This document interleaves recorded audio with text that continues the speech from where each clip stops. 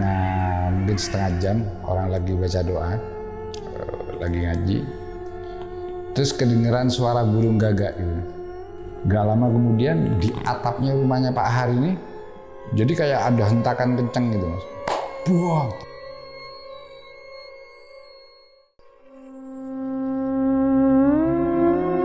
Terus kita dengar Mas, dibilang pelan ya enggak, dibilang kenceng juga ya enggak. Yes, kita dengernya kayaknya di belakang tembok. Aris gitu. Aris 3 kali. Terus kita ngerasa ada yang gerak gitu loh, ada yang gerak gitu. Gitu sama-sama noleh begini. Jadi yang hitam itu Mas.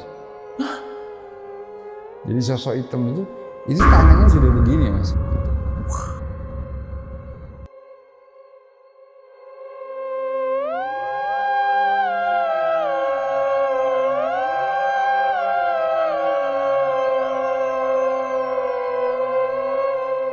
Assalamualaikum warahmatullahi wabarakatuh. Salam sejahtera untuk kita semua. Kembali lagi di Lonceng Misteri, masih bersama gue Gilang Ahaditya. Dan hari ini gue kedatangan seseorang nih yang bakal nyeritain kejadian horor di salah satu kampung di daerah Bondowoso. Jadi di mana pada saat itu ada salah seorang yang mempraktekkan ilmu hitam bernama Mak Jah. Dia meninggal dunia dan meneror seisi kampung selama 40 hari. Jadi langsung aja kenalan sama narasumbernya, udah di sebelah gua, Om Kamal. Om, halo, assalamualaikum Om. Halo Mas Gilang. Thank you Om ya, udah mampir ke studio Lonceng Misteri buat nyeritain ini. Om, ini kejadian tahun berapa Om? Kejadian ini tahun 89, tahun 90. Waktu Tahun itu saya 89. masih umur 7 tahun lah. Dan ini benar katanya almarhum Mak Jah ini yang Om bilang, ini dia mempraktekkan ilmu hitam Om, atau dukun ilmu hitam. Dan itu ada yang sering lihat Om waktu itu, warga sekitar atau gimana? Ngelihat prakteknya. Iya. Ya, jadi warga sekitar itu merumorkan ini bukan sekedar rumor ya Mas. Jadi banyak warga yang terdekat ya rumahnya ya. Melihat berapa ritual yang dia praktekin, kalau nggak salah malam Jumat manis apa malam Jumat Kliwon gitu loh. Jadi dia itu kayak minum darah ayam gitu. Oh, wah.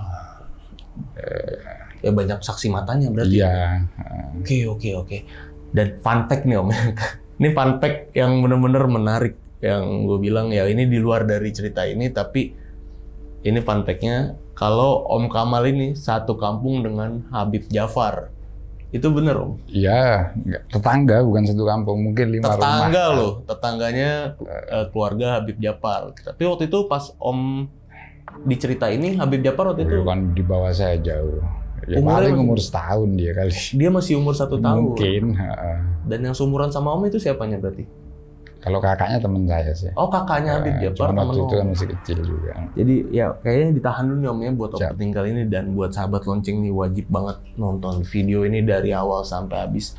Karena gue jamin video ini bakal menarik banget, bakal serem banget. Dan buat kalian yang belum subscribe channel Lonceng Misteri, buruan langsung subscribe channel Lonceng Misteri biar gue makin semangat ngasih konten-konten horor yang lainnya sama kalian semua. Dan ya, gak usah lama-lama lagi Om. Langsung kita mulai aja nih Om ya ceritanya.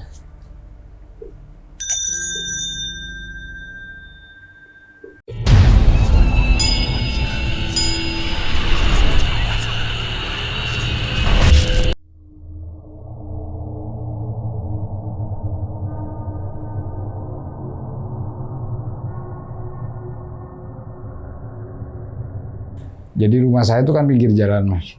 Pinggir jalan besar, Mas Gilang. Terus di belakang rumah saya itu ada perumahan warga juga. Terus di belakangnya lagi itu kuburan Mas, gede. Kuburan umum gitu. Lah di samping kuburan umum, jadi ada tembok pembatas tuh, samping kuburan umum itu ada semacam kayak rumah, atau rumah itu bisa dibilang setengah gubuk gitu lah ya. Maksudnya rumah dari bilik begitu. Atapnya juga kayak serabut kelapa gitu yang saya lihat terakhir itu ya, sama ada genteng gitu. Itu dulunya rumah itu punya penjaga makam itu. Jadi penjaga makam itu bapaknya Mak Jah ini, Mas. Nah, jadi tahun 89-90 itu si Mak Jah ini kembali ke rumah itu. Jadi Mak Jah ini kan nikah sama orang kampung tuh, sama orang desa lah ya. Setelah punya anak umur 15 tahun namanya Aris, jadi dia agak terlambat punya anaknya itu umur 40-an. Jadi mungkin sekitar umur 55 Mak Jah ini balik nih, suaminya meninggal, balik ke dekat rumah saya itu. Mungkin jaraknya 400 meter kali dari Deket rumah, 500 meter ya. Tepatnya di samping tembok kuburan itu rumahnya.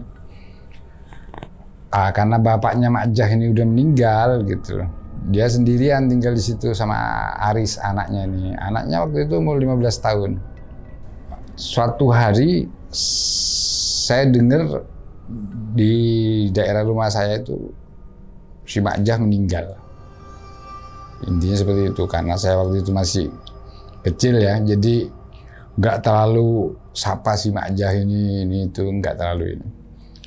Jadi nggak semua warga sekitar tuh akrab sama Mak Jah ini, karena memang kalau bapaknya sih terkenal di situ yang jaga makam gitu. Kalau Mak Jahnya karena dari dari setelah nikah tuh ikut suaminya kan lama di kampung. Jadi balik-balik sudah usia segitu, ya mungkin setengah tahun lah baru tinggal di situ. Terus kabar itu Mak Jah meninggal. Situ rame gitu. Kenapa rame? Karena Mak Jah ini diceritakan, ada yang bilang Mak Jah ini dukun santet, punya ilmu untuk gitu-gitulah, santet segala macam. Tapi ada yang bilang Mak Jah ini ngilmu, jadi kayak ngilmu turunan gitu. Menurut orang-orang yang terdekat itu Mak Jah ini di malam Jumat tertentu, entah Jumat Kliwon apa Jumat Manis gitu, dia tuh suka nyembelih ayam terus diminum gitu Mas darahnya. Ayam biasa. Ayam biasa bukan ayam cemani. Ya udah, meninggalnya Mak Jah ini diperparah dengan isu-isu. Biasanya kalau di kampung saya tuh kalau ada orang yang ilmu atau dukun-dukun santet begitu, biasanya dirumorkan, oh ini bakal gentayangan gitu lah. Udah nih, kisah teror ini mungkin cuma 40 hari Mas. Tapi berlanjutnya cerita itu sampai saya umur 10 tahun itu masih diceritakan terus-menerus. Wow. Sama warga sekitar, saking banyaknya dan seremnya yang diteror gitu. Di sini saya ceritakan beberapa kesaksian orang-orang yang pernah didatengin ya sama Mak Jah. Jadi awal kali penampakannya, si Mak Jah itu waktu hidupnya dikenal sangat sayang sama si Aris ini. Karena semacam anak boleh pengen gitu ya. Dia umur 40 tahun baru punya anak dia. Sudah, ketika Mak Jah meninggal dapat sehari, si Aris ini diambil sama keluarganya, bapaknya dibawa ke kampung. Walhasil tuh rumahnya kosong, Mas. Nah, ini rumah Mak Jah nih. Terus ini ada kayak kebun, ada pohon pisang. Terus di sini ada rumah yang terdekat dari rumah Mak Jah itu rumahnya Pak Har lah kita sebut di sini. Ya mungkin jaraknya 50 meter, 100 meter dari rumah Mak Jah gitu. Tapi bisa saling lihat karena di kampung tuh kan banyak tanah luas mesti. Karena nggak ada pihak keluarga, warga terdekat tuh sepakat, ayo dah ya, bawa kue, bawa kopi untuk buat apa ya, tahlilan lah semacam itu. Tapi dibuatnya 3 hari setelah Mak Jah itu meninggal. Ya buatlah sehari ini doang gitu loh. Ya masa nggak didoain sama sekali kan gitu. Nah, malam itu, di malam ketiganya itu, pada datang tuh Mas warga Mas, ke rumahnya Pak Har. Jadi seolah-olah Pak Har ini mewakili pihak Mak Jah gitu. Datang ada yang bawa kue, bawa kopi. Sekitar jam 7-an lah. Di situ kalau tahlilan tuh habis sisa. Pada datang ke rumah Pak Har, mungkin ada sekitar 20 atau 30 warga itu pengajian. Kebanyakan bapak-bapak tuh yang datang. Sudah tengah-tengah mungkin setengah jam orang lagi baca doa, lagi ngaji. Terus kedengeran suara burung gagak gitu.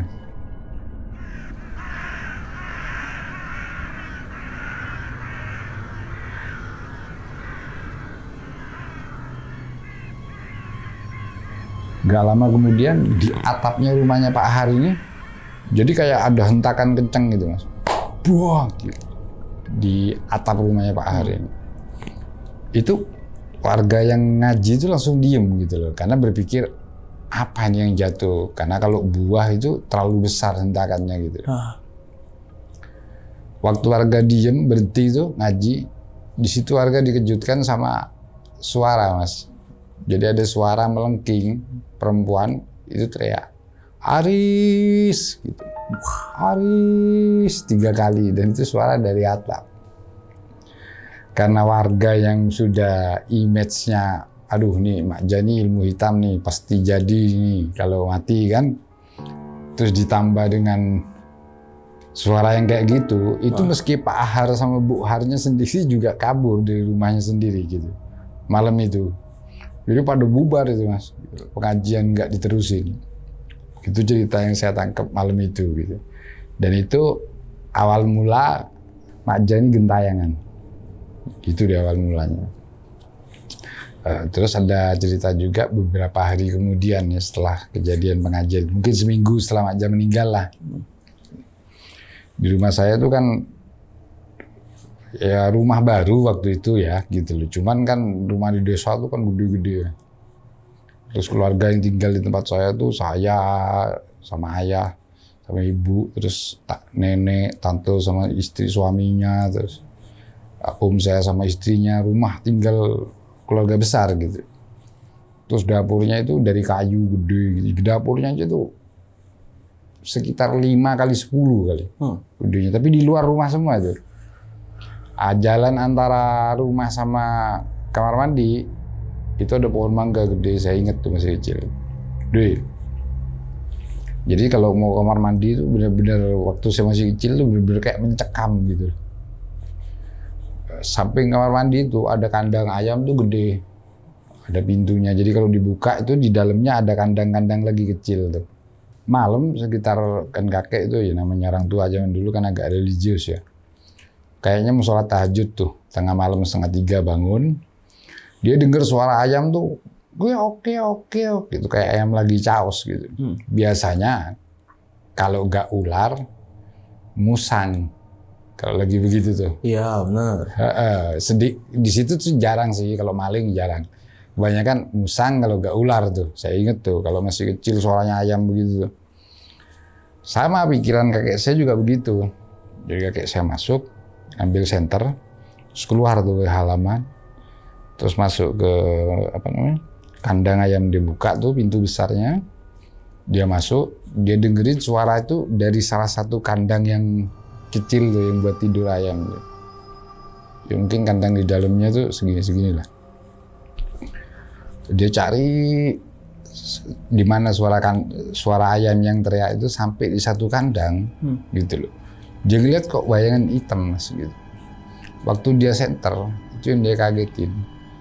Jadi di dalam itu ada sosok yang lagi jongkok, gigit ayam. Waktu di senter itu noleh Mas. Jadi hitam polos gitu, maksudnya hitam kayak gosong gitu deh badannya gitu ya. Terus mukanya moncong kayak kayak anjing begitu. Terus telinganya lebarnya segini. Itu lagi noleh ke kakek saya, sama apa ya, kata kakek saya kayak darah gitu, bekas darah aja. Jadi tuh kakek saya cepat-cepat istighfar terus keluar dari kandang kan, pikirnya dia kan bukan maling, bukan hewan juga kan, ini apa kan gitu kan. Terus dia bangunin anak-anaknya kan, gitu loh, untuk cek lagi, itu udah nggak ada. Tapi ayamnya itu mati.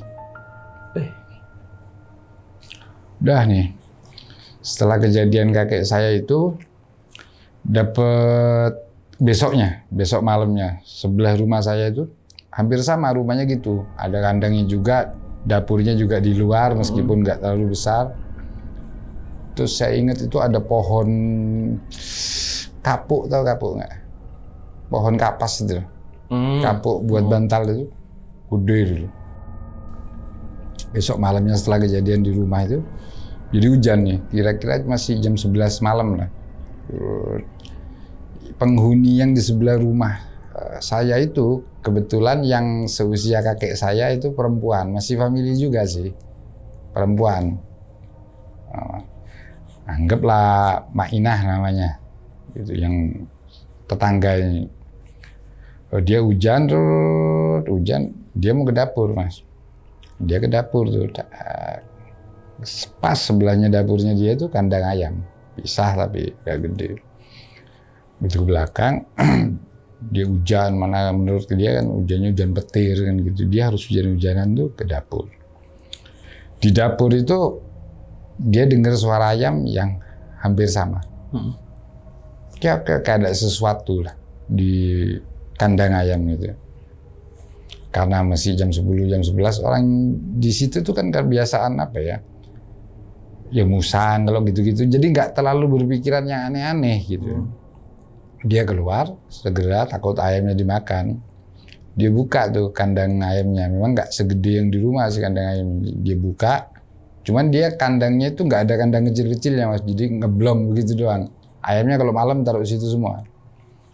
Jadi dia buka begini, dia udah bisa kelihatan tuh sama ayam-ayamnya dia. Semuanya ya? Semuanya. Dia buka, dia lihat itu. Jadi ayam-ayamnya lagi kabur, lagi berontak-berontak begitu. Terus di bawah itu bukan jerami ya, kayak bekasnya dedek gitu loh. Itu di atas dedek itu ada sosok kepala, Mas. Hah? Jadi kepala menurut dia itu rambutnya itu panjang, mungkin sekitar 2 meter kali. Jadi kepala itu kayaknya ngejer ayam itu gitu. Gila. Gitu loh. Itu saking kagetnya gitu loh. Itu dia lempar pakai senter. Itu kepala jalan aja sampai masuk nembus ke kandangnya ayam gitu. Lewat aja. Itu memang berani itu. Yang sebelah itu. Anggap Mak Inah itu berani banget. Jadi itu kepala itu sama rambutnya itu panjang itu. Dia nembus ke, ya kayak nembus ke kayu itu kandangnya ayam itu, terus ke belakang tuh ke arah pohon kapuk itu. Di situ mulai deh rumor. Jadi itu contoh yang paling dekat. Terus di belakang rumah itu mulai banyak tuh ada orang yang ngaku kelihatan sosok yang hampir sama, yang telinganya jablang hitam, ada yang begini, ada yang begitu. 2 hari kejadian setelah di rumah sama di sebelah itu, tante saya kira-kira jam 10 malam lah. Nah, dia mau bangunin suaminya, mau kamar mandi, mungkin pikir dia masih jam 10 kan, kesian suaminya. Dia kamar mandi. Kamar mandinya kan di halaman tuh. Ada 2 begini, Mas. Kamar mandi kuno yang ada baknya. Dia jalan nih, dia ngelewatin tuh pohon mangga yang gede itu. Di rumah tuh di halaman, dia lewatin. Ya udah, dia mungkin buang air kecil. Lalu dia setelah dia balik nih begitu ngelewatin pohon mangga, ini pohon mangga ya, dia kok ngerasa ada kayak sosok gitu loh di sini tuh, kan kelihatan kan kadang. Dia penasaran, dia noleh.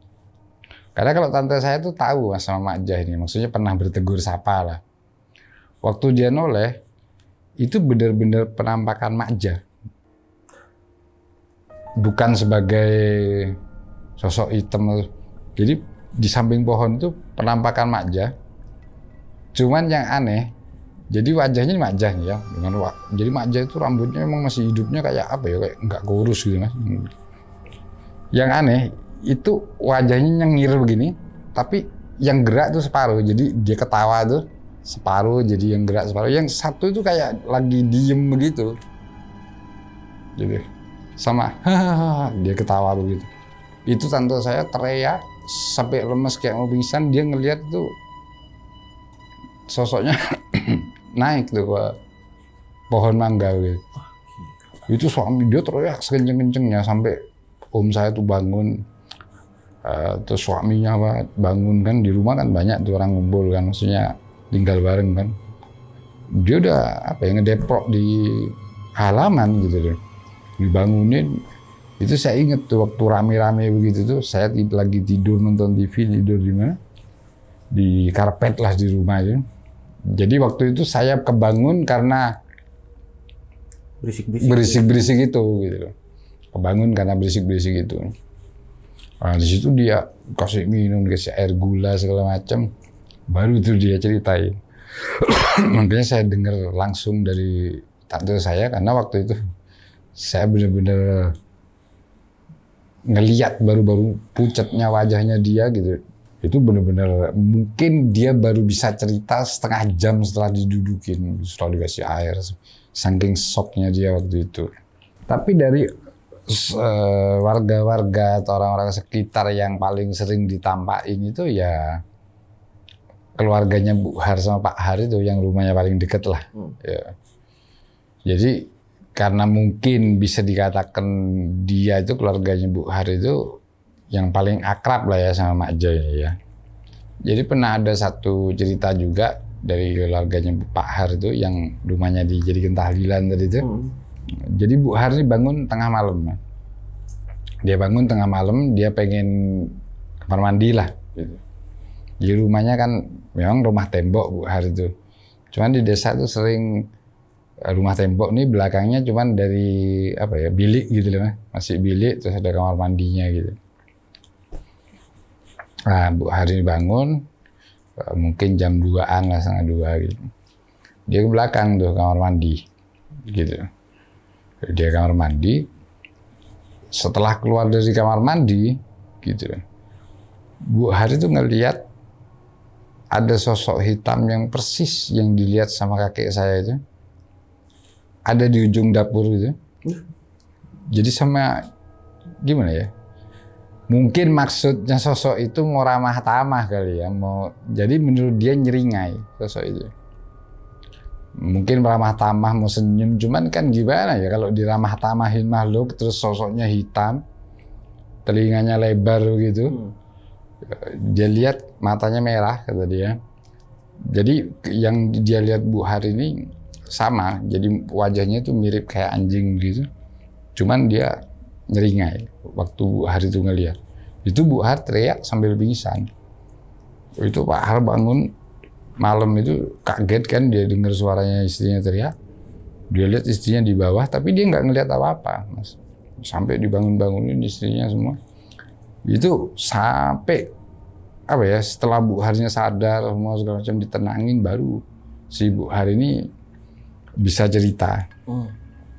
Berapa hari kemudian ini, mungkin setengah bulan lah setelah Mak Ja meninggal, ada namanya Pak Ridwan.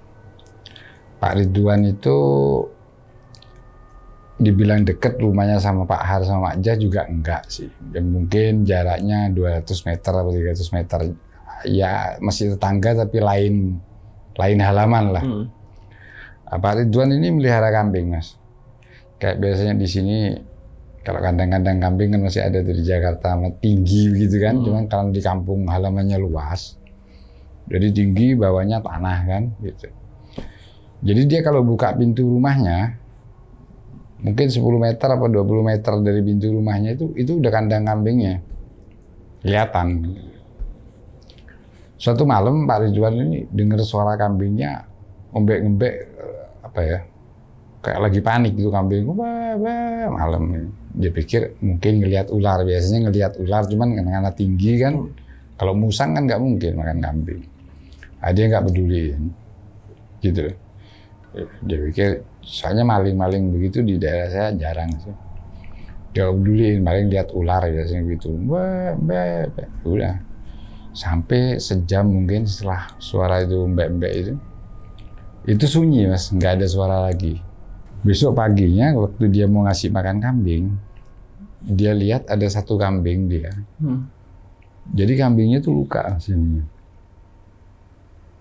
Tapi nggak dimakan, maksudnya nggak dimakan badannya, cuman kayak luka berdarah di sini. Ada bekas gigit? Kayak bekas gigitan tapi dalam, gitu loh. Dia juga bingung, hewan apa ya? Musang biasanya nggak makan kambing, gitu kan? Kalau ular juga biasanya kan berbisa, atau nggak mungkin gitu. Penasaran nih dia hewan apa? Udah, karena satu dia merasa rugi juga kan, terus kedua dia penasaran apa ini hewan yang neror gitu dong. Besoknya dia tongkrongin. Biasanya baik musang ataupun apa hewan kalau sudah mangsa merasa sukses kan, dia bakal balik lagi kan. Ya. Makanya dia tongkrongin tuh malam gitu. Sekitar jam 2-an kata dia. Beneran tuh bunyi lagi, Bang. Be. Setelah bunyi be. Dia nekat nih. Dia buka pintu rumahnya. Yang dia kaget waktu dia buka pintu rumahnya. Jadi pas di depan kandang kambingnya ada satu orang berdiri gitu. Lagi ngelihat ke kandang kambing gitu. Dipanggil lah sama si bapak ini kan.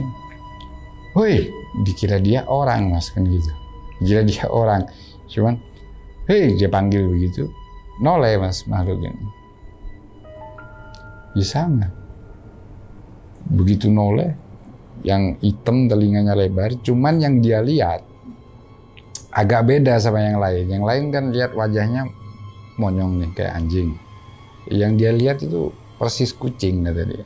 Wah, beda lagi. Beda lagi, tapi hitam polosnya tuh sama, telinganya semua sama. Cuman dia lihat gak monyong kayak anjing gitu. Dia lihat kayak kucing. Jadi dia noleh begitu, si ini noleh itu kaget. Dia bilang dia rasanya sampai gak bisa gerak. Gimana sih? Ngelihat sosok hitam polos begitu, terus aneh kan gitu. Lagi noleh ke dia kan kayaknya mau kemana kan gitu. Jadi kata dia ngerasa kaku, nggak kuat nih, kaku, nggak bisa gerak. Sampai apa ya? Itu hewan, itu makhluk lompat sendiri mas. Jadi lompat tuh, mungkin karena ketahuan ya. Jadi dia kalau ketahuan, misal kelihat tuh, itu langsung kabur mas. Nggak. Jadi malam itu selamat tuh kambingnya, nggak ada yang dimangsa lagi. Setelah beberapa tetangga itu mulai banyak yang ngeliat hal-hal kayak gitu, jadi warga itu memutuskan untuk ronda. Ya semalam ada 3-4 orang yang gantian ronda. Meskipun waktu itu menurut mereka sih, kalaupun kan mereka itu ronda bukan ngatasin maling, bukan ngatasin apa. Kalaupun semisal muncul sosok itu, ya tetap kabur-kabur juga yang ronda kan begitu. Mereka mutusin ronda itu. Tapi aneh gitu. Begitu dirondain, yang ronda itu nggak pernah ketemu gitu sama si siapa? Sosok yang hitam ini nggak pernah ketemu tuh yang ronda itu.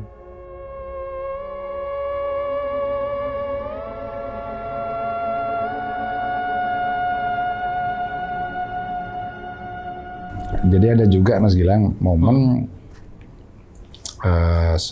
keluarga Pak Har ini kembali jadi langganan. Jadi Pak Har ini kan naik sepeda goes gitu lah, sepeda onta zaman dulu gitu. Dia pulang kerja dari sawah, dia bertani punya orang gitu. Dia pulang sekitar mau maghrib lah. Dia pulang tuh, udah dia bangsa 5:30 lah. Sampai rumahnya, dia duduk sebentar, terus dia mandi. Di rumahnya sepi, gak ada istrinya. Dia masuk ke dalam, dia lihat istrinya lagi jongkok di ini mas. Zaman dulu tuh kayak tungku gitu, masaknya kan pakai tungku yang dari bata gitu kan, di dapurnya. Jadi istrinya itu lagi jongkok kayak lagi orang masukin apa kayu ke tungku gitu, lagi buat barangnya. Udah, dia tidak banyak ngomong, masuk nih dia kamar mandi. Dia mandi nih. Dia mandi. Selesai mandi, dia keluar. Dia lihat istrinya masih di situ tuh jongkok. Meskipun dia gak lihat kegiatan apa detailnya, dia lihat istrinya kan gitu. Udah dia keluar, dia masuk ke kamarnya. Dia ganti baju. Selesai rapi, dia ganti baju pakai sarung. Dia keluar, dia buka kamar pintu. Jadi dia buka kamar begini, ini pintu depannya dia, Mas. Pintu depannya dia buka pintu kamar. Ya bangsa mungkin 6:30 udah gelap waktu itu ya.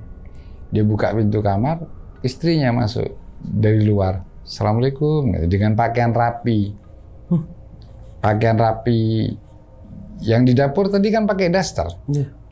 Ini pakaian rapi kayak orang baru keluar gitu. Assalamualaikum. Kaget si Pak Har. Loh, Bu, sampean tadi kan di dapur tuh masak. Loh apa katanya? Oh, saya dari jam 4:30 tadi keluar kata dia. Terus kaget si Pak Har ini sama si ibu ini. Sing bener Pak. Loh, itu di dapur. Tanpa di komando, orang dua ini langsung nuju ke dapur Mas, gitu Mas Gilang. Waktu dia nuju ke dapur, itu masih ada, cuman sudah bukan pakai daster lagi. Sosok yang hitam itu tadi. Jadi tanpa noleh, jadi cuma kelihatan tuh hitam, terus telinganya lebar gitu, lagi jongkok ngebelakangin mereka. Jadi yang tadi dilihat istrinya pakai daster, waktu dilihat berdua itu sudah sosok arwah Makjah itu. Lagi duduk di depan tugu itu. Wah itu, menurut ceritanya si Pak Har itu malam itu sama Bu Harnya nggak nginep di rumahnya. Terus nggak lama kemudian, mungkin ya hampir sama lah, 2 minggu kemudian setelah baru meninggalnya si siapa itu, 2 minggu 3 minggu setelah meninggalnya si Makjah ini. Nah, kalau ini sedikit menimpa saya juga ini. Waktu itu malam Saban itu. Jadi di kampung saya itu kalau malam Saban ada tradisi ya. Jadi kebetulan saya itu sama Habib Ja'far tahu, itu tetangga ke Paut 5. Jadi mereka juga tradisinya sama gitu, punya tradisi kalau malam Saban itu habis pulang nih dari masjid. Jadi kita ngaji di masjid jam 6 di dekat rumah. Setelah pulang tuh jam 7 malam. Jadi dari sore itu yang dewasa-dewasa udah nyiapin api unggun Mas di kuburan. Jadi kuburan itu sebenarnya kalau dari rumah saya kan bisa sih lewat kayak jalan tikusnya, tapi ada yang pintu masuk resminya itu di depan masjid gede pintu masuknya. Itu yang ya mungkin yang ikut pawai itu bangsa usia 13 tahun ke bawah gitu kan ya. Tapi ada seniornya kan mungkin 10-15 orang panitianya gitu ya. Jadi mereka yang nyiapin api unggun itu dari sore, itu generasi-generasi seperti itu. Jadi api unggun itu dari sore itu disiapin di kuburan itu, tapi ada tanah yang kosongnya, bagian tanah yang masih belum jadi kuburan tuh gede. Siapin api unggun tuh tinggi Mas, kayunya. Nanti kita begitu pulang dari masjid tuh bawa kentongan. Ada yang bawa obor kayak pawai hijriyah kalau di Jakarta tuh, cuman pakai kentongan juga kita dung dung dung gitu. Ya keliling kampung gitu. Banyak, mungkin ratusan anak-anak kali. Habis keliling, nanti terakhir-terakhirnya bangsa 8:30 jam 9 tuh finishnya masuk ke kuburan itu. Ya dikawal sama yang senior-senior tuh masuk ke kuburan, terus doa bersama, terus bakar api unggun itu. Ya cuman tradisi aja, maksudnya meramaikan malam Saban gitu. Malam itu saya ikut tuh. Jadi waktu itu jalannya bareng berlima. Kebetulan yang paling kecil saya waktu itu umur 7 tahun. Saya ikut berlima ini dikarenakan ada sepupu saya. Jadi di antara 4 orang ini 1 sepupu. Jadi saya paling kecil nih. Yang lain ini mungkin bangsa umur 12 tahunan termasuk sepupu saya. Jadi mereka berlima nih barengan. Masuklah. Udah begitu nyampe nih ke depan api unggun kan ada yang ke sebelah sana kan. Ya ada ujung-ujung yang sepi kan gitu kan. Banyak Mas, ratusan orang di dalam itu, di kuburan itu. Kebetulan kita berlima itu tanpa sadar, jadi kita tuh di temboknya kuburan Mas. Jadi maksudnya tembok pembatas kuburan gitu. Ya mungkin dari orang terdekat bangsa sekitar 10-20 meter lah dari orang terdekat. Sudah. Terus waktu lagi doa bersama, kita berlima itu sama-sama dengar. Jadi suara burung gagak lagi gitu. Wah. Yang kita nggak sadar sebenarnya tembok yang kita senderin ini belakangnya tuh rumahnya Makjah. gitu. Cuman kita belum nggak sadar aja waktu itu gitu loh. Jadi kita sender ini temboknya, kan saya bilang rumahnya Mak Ja itu batasan sama tembok kuburan karena bapaknya dulu menjaga kuburan kan. Jadi kita nyender nih, jadi tembok itu mungkin 2 meter kali Mas.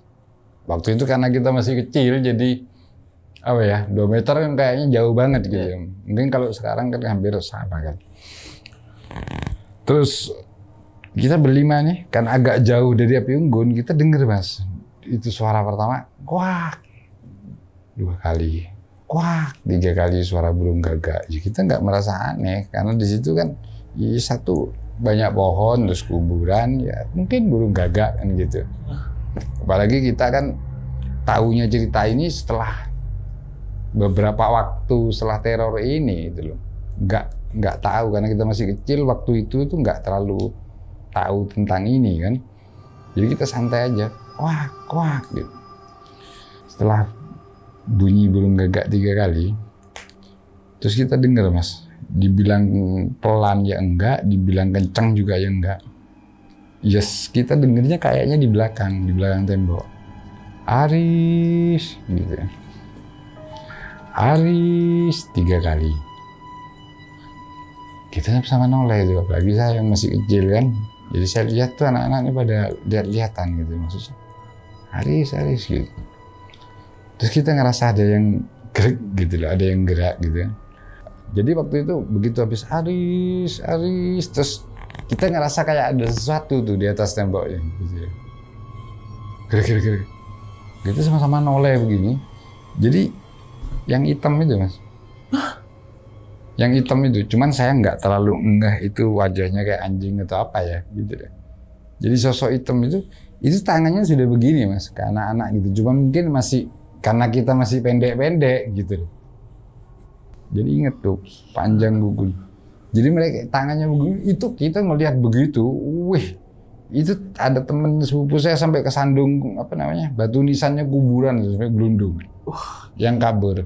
Tuh lihat ke belakang itu masih kelihatan, terus lompat Mas, jadi lompatnya ke arah rumahnya gitu, wut. Jadi kayak mau ngejangkau begitu. Mau ngambil gitu ya? Iya kayak mau, nggak tahu mau ngambil atau apa ya, cuman bayangan kita waktu itu. Jadi semisal kalau ukuran saya yang sekarang itu kena itu, posisi tangannya gitu, udah kena gitu. Jadi begini, kita lihat hitam. Gitu. Itu belum bubar acara, kita udah bubar duluan. Jadi keluar lewat pintu keluar kuburan. Dan di cerita ini ada satu momen. Ya momennya ini horor ya, cuman saya nggak terlalu yakin ini ada kaitannya sama arwah si Mak Ja ini ya. Cuman karena waktunya hampir bersamaan tahunnya, terus temanya juga horor, mungkin saya include-kan cerita ini. Setelah kejadian yang siapa nih? Yang di tembok itu. Bangsa mungkin seminggu atau 10 hari, pokoknya sebelum puasa aja waktu itu.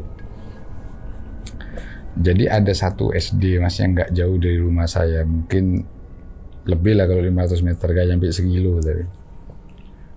SD ini malam itu ngadain kayak apa ya, semacam kayak jurit malam tapi versi SD-nya gitu.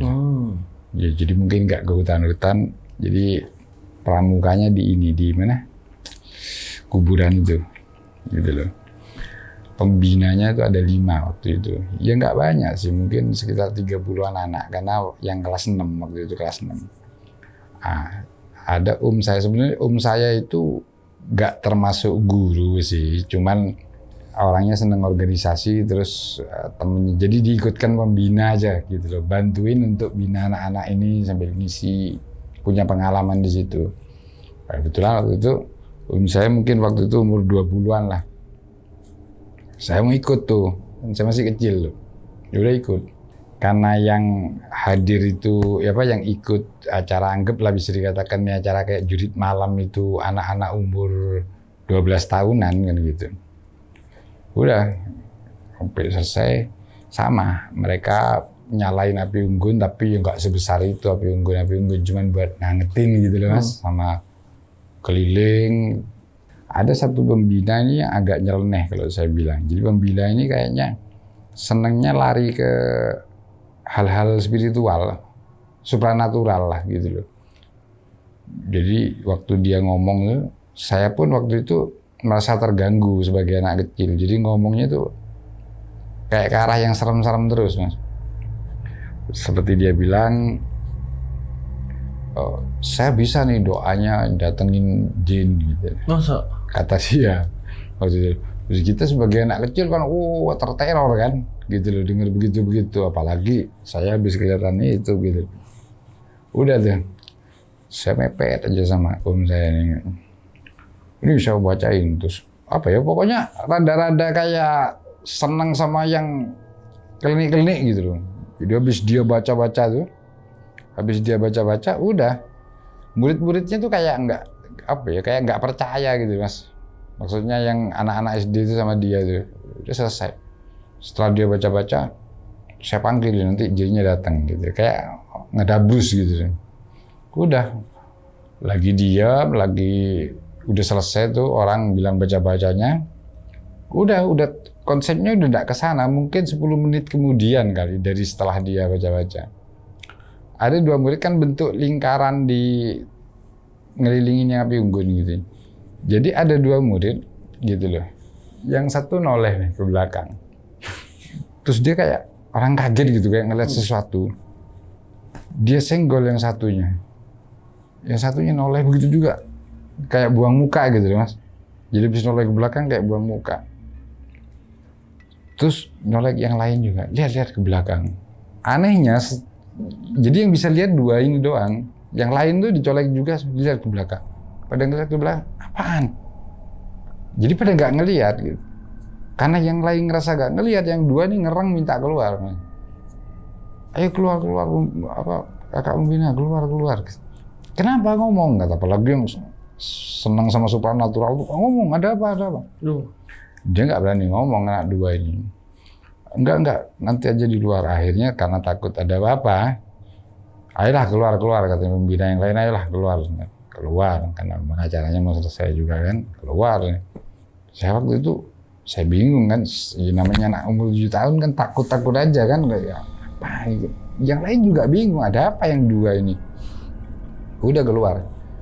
Jadi jarak dari tanah kosong yang dibuat api unggun itu ke pintu keluar utama resmi kuburan itu mungkin jaraknya 50 meter kali. Jadi kita harus lewat pinggiran tuh, jalan yang untuk pejalan kaki itu, baru ke pintu 50 meter. Udah begitu sampai keluar, udah di luar, udah jauh lah, udah keluar dari area kuburan, udah jauh. Itu anak-anak baru mau cerita. Jadi 2-duanya ini waktu noleh, dia ngelihat kepala kakek-kakek. Itu besar banget kata dia. Sangat-sangat besar. Ya mungkin kalau saya gambarkan sekarang semobil kali kepala itu, apa truk kali gitu, gedenya. Jadi berjenggot putih. Sedang gini Mas, tapi tengkurap kata dia. Jadi ini dia begini ya. Jadi kepala begini, versi tengkurapnya. Jadi kita langsung ngadepin muka kata dia, tengkurap. Waktu kita jalan pulang tuh kan ngelewatin pinggiran yang tempat buat jalan kaki. Jaraknya sampai pintu keluar kan 50 meter. Itu kakek tengkurap dari situ, kakinya di dekat pintu keluar. Jadi bisa dibilang itu dari kepala sampai kakinya 50 meter kali panjang. Wah, gila. Gede, kata dia. Ya mungkin kalau saya bisa gambarin sekarang, setruk lah kali gedenya itu kepala itu. Maksudnya sedepannya truk gitu. Nggak tahu yang dibaca sama pembina itu manjur apa enggak, ada kaitannya apa enggak sama yang dia baca gitu loh. Tapi yang jelas cuman 2 anak ini yang kelihatan itu gitu loh. Wah itu kita udah ketakutan banget Mas, luar biasa ketakutannya waktu itu. Oh Kamal, berarti ini secara nggak langsung juga selain meneror keluarga Om Kamal, Pak Har dan lain-lain, ini berarti meneror keluarga dari Habib Djafar juga ya pada waktu itu kan, karena rumah Om sama Habib Djapar nggak begitu jauh kan? Jadi begini Mas Gilang, kita ngehnya cerita ini aja setelah umur 8 tahun, 9 tahun diceritakan ulang sama orang-orang sekitar, kita dengarkan gitu. Kalau keluarganya merasa termasuk terdampak teror ini apa enggak kan ya kita Kurang tahu. kurang paham ya. Cuman saya tadi jelasin kan kadang banyak yang tanya tuh masih tangga gak sama Habib Djapar, saya jelasin 5 rumah. Makanya ada tradisi di daerah saya itu yang itu Sa'banan ya sama gitu loh. Dan memang mayoritas di sana orang Arab ya. Iya, karena kebetulan saya kayak Habib Hussein itu kan tinggalnya di kampung Arab sih. Iya. Ya nggak semua terus orang keturunan Arab, cuman ya memang di kampung Arab. Oke Om Kamal, untuk almarhum Makja sendiri nih, yang gentayangan nih, bisa dikatakan gentayangan lah ya, kemungkinan. Kan tadi rumornya awalnya Makja ini dukun santet atau mempelajari ilmu hitam, atau dan ya yang lain lah ya, yang lainnya lah ya, yang mengarah ke situ. Ini ada yang memang ada saksinya atau bagaimana nih Om? Yang memang itu dukunnya atau itu melihat Makja mempraktekkan itu atau bagaimana? Kan dia nggak punya keluarga tuh Mas gitu. Tapi sering sering ada orang yang datang kayak bertamu, istilahnya kalau orang bisa dibilang kayak pasiennya gitu loh, datang. Jadi siapa gitu loh kalau bukan pasiennya gitu maksudnya. Jadi rumornya dari tempat suaminya dulu juga dia sering kedatangan tamu gitu loh. Terus tadi belum saya jelasin juga proses mati meninggalnya Makja ini. Jadi Makja ini meninggalnya nggak sakit. Jadi Makja ini hari itu malam itu gitu loh. Tahu-tahu si anaknya Aris ini denger ibunya teriak. Aris lagi di depan rumah denger ibunya teriak kenceng, wah gitu. Ketika Aris masuk, itu ibunya udah tergeletak di dalam rumahnya. Jadi wajahnya tuh sedikit menghitam. Wow. Jadi orang berasumsi sudah hampir pasti Makja ini punya ilmu hitam. Jadi orang berasumsi entah Makja ini kena ilmunya sendiri atau Makja ini mengirim sesuatu yang buruk ke orang balik ke dia. Ya, bisa jadi. Atau Makja sendiri lagi dilawan sama ilmu lain kalah. Rumornya seperti itu. Banyak kemungkinan ya. Jadi hitamnya itu jadi mati tanpa sebab ya. Kalau orang jatuh mati tanpa sebab ya enggak gitu, jangan apa ya dibilang angus juga enggak ya, hampir sama dengan penampakannya dia menghitamnya. Cuman ini kan versi mukanya doang, penampakannya kan sebadan. Dan untuk penampakannya ini Om ya, yang saya tangkap tadi ini beda-beda loh ya. Ada yang maksudnya setiap orang punya emang ada beberapa yang sama, tapi kebanyakan rata-rata beda-beda nih untuk penampakannya ya. Tapi yang pasti yang sama, yang saya tangkapnya yang sama, hitam. Hitam betul. Selalu hitam. Selalu hitam. Dan walaupun berbeda-beda nih wujudnya, ada yang ngelihat kepala doang, ada yang ngelihat kepala full badan tapi kecil, ada yang ngelihat mukanya dan kupingnya segala macam. Tapi yang pasti ini hitam dia ya. Hitam dan buruk. Dan yang ngelihat full penampakan itu Makja full total sebadan sampai sewajah-wajahnya itu hanya tantenya Om Kamal ya. Tante saya. Kalau yang lainnya hanya perwujudan, seperti perwujudan gitu ya. Ada, saya nggak terlalu ini sih Mas, nggak terlalu tahu detail. Saya ceritakan kan yang tahu-tahu detailnya mungkin bisa saya ceritakan. Jadi ada cerita-cerita yang juga, saya ada yang ditampakin juga Makja beberapa orang sih ya, nggak terlalu banyak. Ditampakin memang Makjahnya gitu loh ya. Tapi nggak tahu detailnya. Nggak tahu detail ceritanya ya. Begitu juga yang ditampakin yang hitam ini gitu loh. Itu lebih banyak dan lebih banyak daripada cerita yang saya ceritakan sekarang ini. Cuman detailnya saya nggak tahu gitu. Cuman saya kelihatan ini ada yang di atas gentengnya katanya gitu. Cuman kan detailnya gitu loh. Yang detail yang saya tangkap juga kalau semisal tahu pun detail sebanyak itu kan terlalu panjang nanti kalau diceritakan gitu. Iya, dan berapa lama gentayangan ini? 40 hari. 40 hari. 40 hari loh. 40 hari teror di kampung. Di daerah Bondowoso. Ya. Oke sahabat lonceng, itu tadi cerita dari Om Kamal ya tentang teror maja di salah satu kampung di daerah Bondowoso. Jadi buat sahabat lonceng yang udah nonton video ini dari awal sampai habis, gimana pendapat kalian, tulis di kolom komentar. Dan ya Om Kamal ini juga punya channel YouTube ya Om ya? Iya bikin ada, channel masih YouTube kecil-kecilan ya. Nah itu isinya apa? Kontennya ini apa Om? Anu ya, menceritakan cerita-cerita horor dari orang-orang atau bahkan dari apa ya, dari subscriber sendiri yang ngirim cerita horor gitu. Cerita Om Kamal. Masih belum terlalu dimulai sih, masih menentukan arahnya gitu. Cuman ya berharap dukungannya aja dari. Nah itu nanti bisa lihat di kolom komen ya, nanti kita pin ya Om ya. Om bisa komen di situ dan itu bisa dicek. Jadi sahabat lonceng bisa main ke channelnya Om Kamal juga, bisa bantu di subscribe ya. Subscribe itu gratis loh ya. Jadi buat sahabat lonceng nih jangan lupa lah mampir ke Om Kamal. Dan yang pengen jadi narasumber juga datang langsung ke Studio Lonceng Misteri sama seperti Om Kamal ini. Caranya gampang banget. Kalian bisa ke Instagram kita di @loncengmisteri, bisa di follow dulu Instagramnya, lalu diklik link yang ada di bio Instagram kita itu. Nanti bakal ngarah ke WA admin kita ya.